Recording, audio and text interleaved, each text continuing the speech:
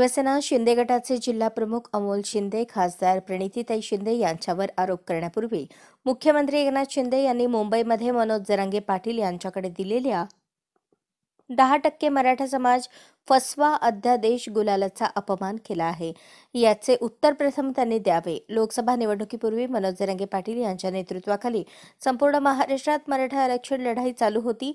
अंतरवाली सराठी ते मुंबई पायी चालत मोर्चा नवी मुंबईत पोहोचल्यानंतर मुख्यमंत्र्यांनी 10% मराठा आरक्षण अध्यादेश परिपत्रक जरांगे पाटील यांना दिले व विधान भवनावर जाणारा मोर्चा थांबवला व गुलालाची उधळण केली.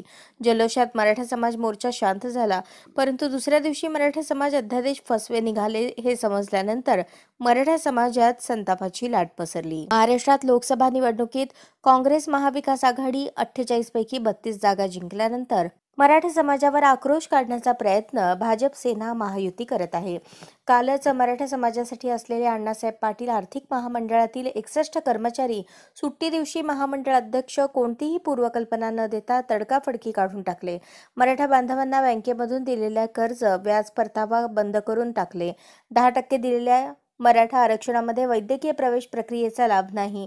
11वी प्रवेश प्रक्रिया संपूर्ण महाविद्यालयात चालू आहे, त्या ठिकाणी सुद्धा आरक्षण नाही. मराठा समाजाची खरी फसवणूक महाराष्ट्राचे मुख्यमंत्री एकनाथ शिंदे यांनी फसवे आरक्षण देऊन केली आहे. खासदार प्रणिती शिंदे विजयी झाल्यानंतर गावभेटी दरम्यान पंढरपूर मोहोळ येथे मनोगतात त्या म्हणाल्या, मनोजदादा जरांगे यांच्यामुळे निवडून आले व मराठा समाजाची एक गठ्ठा मतदान काँग्रेस पक्षाला झाले.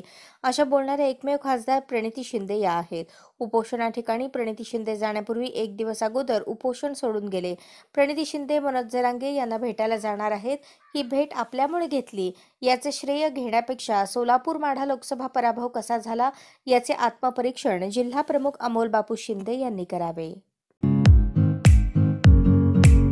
या बातमीपत्राचे प्रायोजक आहेत जय जवान जय किसान सैनिकीय स्कूल, नेहरू नगर, सोलापूर. अशाच नवनवीन अपडेटसाठी जनता राज्य न्यूज चॅनलला सबस्क्राईब करा, लाईक करा आणि शेअर करायला विसरू नका.